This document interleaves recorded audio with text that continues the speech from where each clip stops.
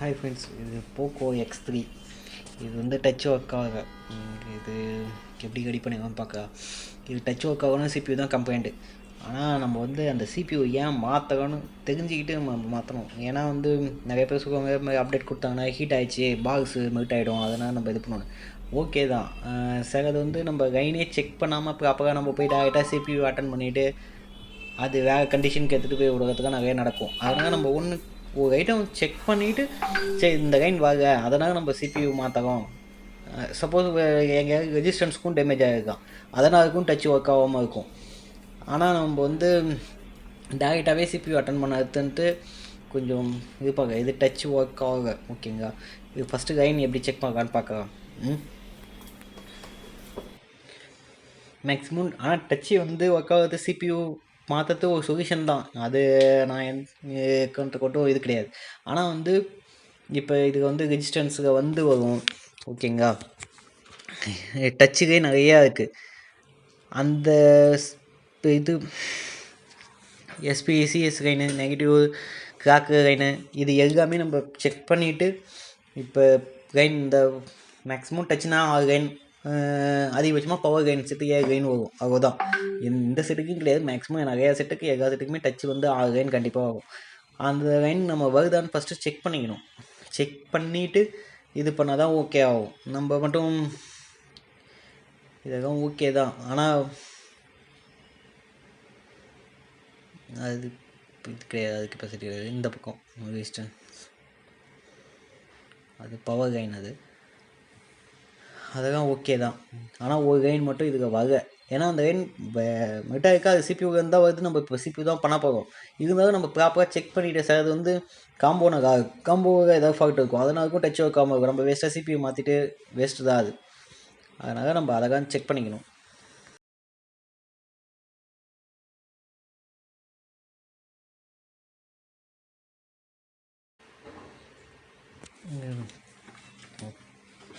Heat பண்ணி CPU move பண்ணிவிட்டு திருப்பி இது பண்ணிக்கலாம் ஓகேங்களா.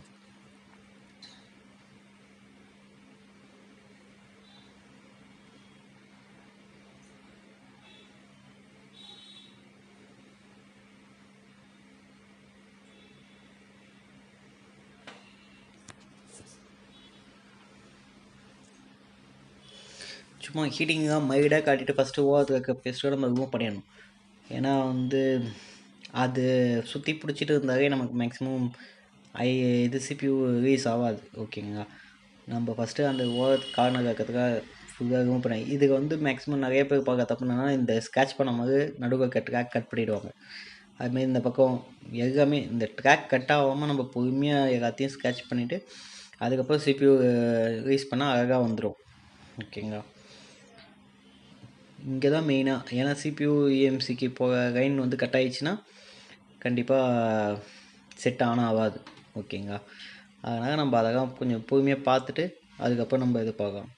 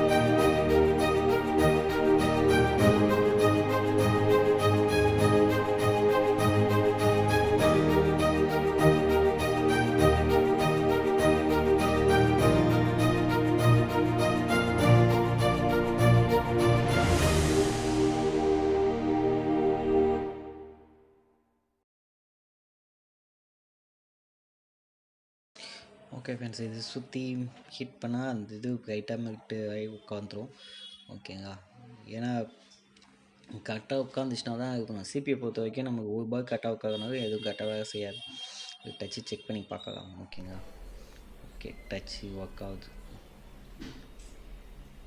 இது ஒன்று ஒன்றும் நம்ம ஒவ்வொரு ஸ்டெப்பும் பண்ணிவிட்டு கரெக்டாக செஞ்சோன்னா நமக்கு பிரச்சனையே இருக்காது. நம்ம சில இதெல்லாம் வந்து நிறைய